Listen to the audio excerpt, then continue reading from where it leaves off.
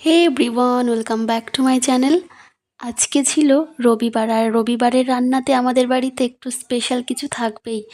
তো সেই জন্য আজকে বানিয়েছিলাম চিকেন চাপ, আর তার সাথে ছিল বাসন্তী পোলাও। দুটো রেসিপি খুব পছন্দের আমার হাজব্যান্ডের। তো আমি এখানে চিকেনটাকে ম্যারিনেট করছি। আমি ফার্স্ট টাইম এত চিকেন রান্না করছি। আজকে প্রায় 7-8 জনের খাবারের নিমন্ত্রণ ছিল। তো তারা সবাই খাবে, আর সেই জন্যই আমি এখানে চিকেন চাপ বানাচ্ছি। ফার্স্ট টাইম আমি এত পরিমাণে চিকেন রান্না করছি। এমনিতে তো আমাদের ফ্যামিলি সবাই যে কজন আছে তাদের জন্য রান্নাবান্না হয়। তো ওখানে ম্যারিনেটের জন্য আমি আদা রসুন পেঁয়াজ বাটা দিয়েছি। আর এখানে আমি একটা গুঁড়ো মশলা দেবো, জয়ত্রী জয়ফল দিয়েছি এখানে, আম, এলাচ, তারপর হচ্ছে দারচিনি, আর দিয়েছি এখানে ধনিয়া, গোটা ধনিয়া। তো এই সব কিছু দিয়ে ভালো করে একটুখানি রোস্ট করে এটাকে একটা পাউডার বানিয়ে নেব। তার মধ্যে এখানে দিয়ে দিলাম চিকেনের মধ্যে টক দই। টক দইটা কিন্তু মাস্ট। তারপরে এই যে পেস্ট করে রাখা যে গুঁড়োটা বানালাম আমি, এই মশলাটা দিয়েছি। চিকেন চাপের এই মশলাটাই কিন্তু আসল ম্যাজিক। এই মশলাটা দেওয়াতে দ্বিগুণ টেস্ট বেড়ে যায়, আর এত সুন্দর একটা ফ্লেভার আসে। তারপর সব কিছু লাস্টে আমি এখানে সামান্য একটু গোলাপ জল ব্যবহার করব। তোমরা চাইলে কিন্তু কেওড়া জলও ব্যবহার করতে পারো। আমার কাছে কেওড়া জল ছিল না, আমি গোলাপ জল দিয়েছি, তাতেও কিন্তু ফ্লেভারটা খুব সুন্দর এসেছিলো। যাই হোক, সব কিছু মশলা দিয়ে পরিমাণ মতো লবণ টবণ দিয়ে আমি ভালো করে মাখিয়ে নেব। প্রায় 7-8 মিনিটের মতো মাখিয়ে নিতে হবে ভালো করে। আর এখানের পিসগুলো প্রায় ওই 200 গ্রাম ওয়েটের ছিল। যেরকম বিরিয়ানিতে আমরা খাই 150-200 থাকে, ওই ওজনের পিসগুলো করা হয়েছিল। আমার সুন্দর করে মাখানো হয়ে গেছে। যত ভালো ম্যারিনেট করা হবে, মাখানো হবে মশলার সাথে, চিকেনটা কিন্তু তত ভালো লাগে। তোমাদের কাছে সময় থাকলে 2 ঘন্টা রেখে দিও। আমার কাছে টাইম ছিল না, তাই আমি আধ ঘন্টা মতো রেখেছিলাম ফ্রিজে রেস্টে। এরপরে পুরো চিকেনটাকে কিন্তু ঘিয়ে ভাজতে হবে। আমি শুধুমাত্র ঘিয়ে এখানে ভেজেছিলাম, কোনো অয়েল ব্যবহার করিনি। তাই এই সব বড় বড় পিসগুলো, চিকেনের যে লেগ পিসগুলো ছিল, ওগুলো আমি আগে ভেজে নিলাম এপাশ ওপাশ করে। বেশি না, জাস্ট মিনিট 5-6 ভাজলেই হবে। কড়া ভাজা না, একদম জাস্ট আলতো আলতো করে ভাজতে হবে, যাতে করে একটা কাঁচা গন্ধ না থাকে। যেহেতু চিকেন চাপে খুব বেশি একটা ঘাটাঘাটি হয় না বা বেশি একটা ফুটানো হয় না, যার জন্য এই ভাজাটা জাস্ট একটা গন্ধটা যাওয়ার জন্য। আর ঘিয়ে ভাজলে তো খুব সুন্দর একটা ফ্লেভারও হয়। তো এই বাকি যে চিকেনগুলো ছিল, আমি এক এক করে সব চিকেনগুলো উল্টে পাল্টে আস্তে আস্তে ভেজে নিয়েছিলাম। আর হ্যাঁ, আমার চ্যানেলে যদি নতুন হয়ে থাকো তাহলে অবশ্যই সাবস্ক্রাইব করো, আমার পাশে থাকো। আমার এই সুন্দর সুন্দর রেসিপিগুলো তোমাদের কেমন লাগলো কমেন্টে জানাতে ভুলো না। তো আমার এখানে চিকেনগুলো ভাজা হয়ে গেছে, তুলে নিলাম। বাকিটুকু আমি ভেজে নিয়েছিলাম পরে। আর এখানে আমি কড়াইতে দিয়ে দিয়েছি ঘি। আমি বললাম কোনো অয়েল আমি ব্যবহার করিনি, পুরোটাই আমি ঘিয়ে রান্না করেছি। খুব সুন্দর রান্নাটা হয়েছিল। যে খেয়েছে, আমার জা, শ্বশুর সবাই তো খুবই প্রশংসা করছিল। আর ওইদিকে মা হচ্ছে বাসন্তী পোলাও রান্না করছে। আমি হচ্ছে এই ফার্স্ট টাইম এত পরিমাণে চিকেন রান্না করেছি। এর আগে তো বাড়ির জন্য যেটুকু পরিমাণ লাগে সেটুকু রান্না করতাম।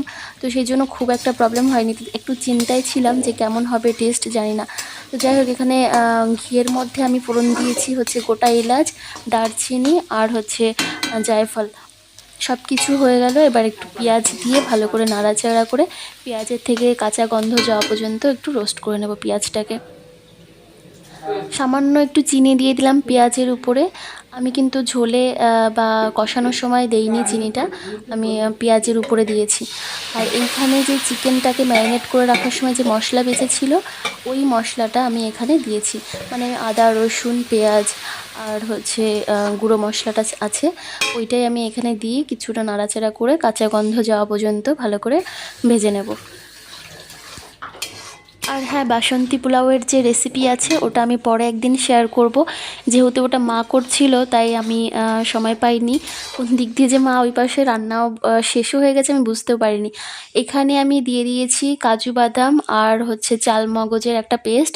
তার মধ্যে গোটা কয়েকটা কাঁচা লঙ্কাও আমি দিয়েছিলাম। আর ঝাল অনুযায়ী যেরকম ঝাল খাবে সেই রকম মতো তোমরা ঝাল দেবে। আমি এখানে 6-7টা মতো কাঁচা লঙ্কা দিয়েছিলাম, যেহেতু আমাদের বাড়িতে সবাই একটু ঝালটা পছন্দ করে। এই চিকেনের যে চাপ, চিকেন চাপে কিন্তু ঝালটা একদমই যায় না, পরিমাণ মতো দিতে হবে আর কি। তো আমার যেহেতু মাংসের পরিমাণটা বেশি ছিল, তাই আমি ওই 6-7টা মতো কাঁচা লঙ্কা দিয়েছিলাম। তো ভালো করে এই পেস্টটাকে কষিয়ে নিতে হবে। কাজু বাদাম দেওয়ার সাথে সাথেই কিন্তু কড়াইয়ের নিচে লেগে যাওয়ার একটা সম্ভাবনা থাকে।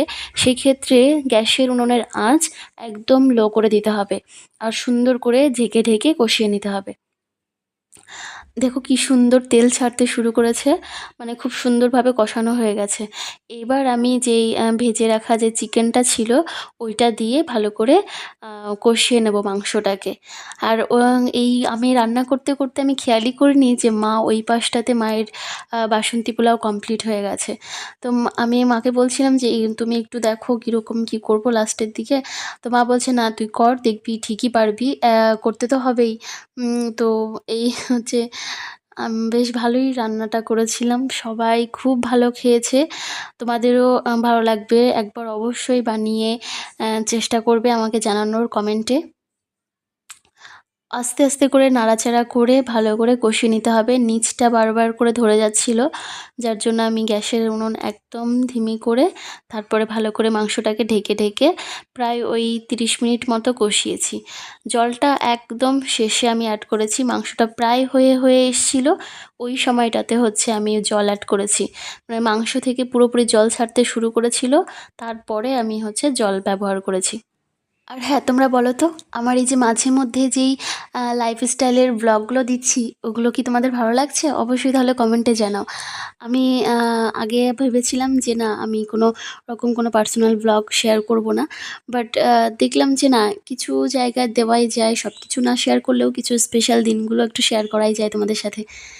তো এই কথা বলতে বলতে এই দিক দিয়ে আমার চিকেন প্রায় হয়ে গেছে কষানো। আমি এই চিকেন চাপে মশলার পরিমাণটা একটু বেশি দিয়েছি, মানে কাজু বাদাম আর চালমগজের পরিমাণটা একটু বেশি দিয়েছি। তার কারণ হচ্ছে আমাদের বাড়িতে বাসন্তী পোলাও হলে আমার বাচ্চাকে যেহেতু আমি খাওয়াই, তো সেই জন্য ঘিয়ের পরিমাণ বা যে কোনো পরিমাণই মশলার পরিমাণ, মশলা তো একদমই যায়ই না, যেটুকু আর কি দেওয়া হয় গোলমরিচ বা একটু ঘি, এগুলোর পরিমাণ খুব কম দেওয়া হয়, যার জন্য একটু শুকনো শুকনো ভাব হয়।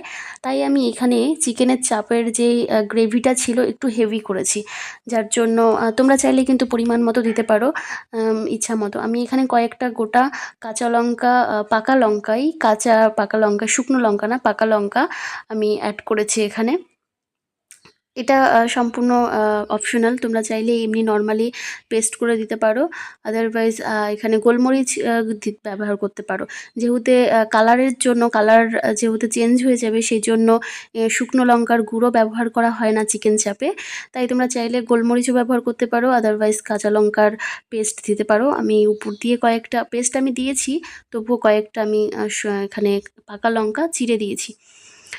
আর এই চিকেন চাপে দিয়ে দিয়েছি জল। আমার একটু পরে মনে হচ্ছিল যে জলটা একটু কম লাগছে, যেহেতু অনেকগুলো মানুষ খাবে, তো সেই ক্ষেত্রে আমি জল পরিমাণটা পরে আরেকটু অ্যাড করেছিলাম।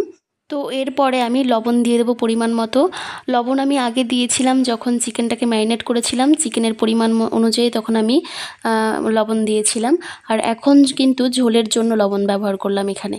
তো লবণটাকে একটুখানি ছড়িয়ে ছিটিয়ে দিলাম, যেহেতু আমার নাড়াচাড়া করতে একটু অসুবিধা হচ্ছিলো, যার জন্য লবণটা যাতে খুব তাড়াতাড়ি মিশে যায়, তাই একটু ছড়িয়ে দিয়েছি লবণটাকে।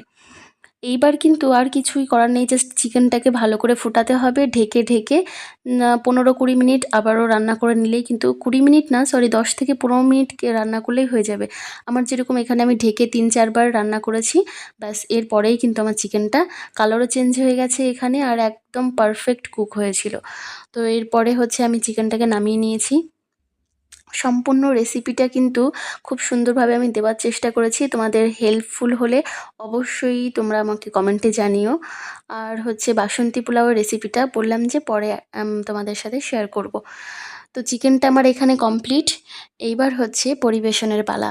বাসন্তী পোলাও এমন একটা রেসিপি যার সাথে সব কিছু ভালো লাগে, আলুর দম থেকে শুরু করে চিকেন, মটন সব কিছু।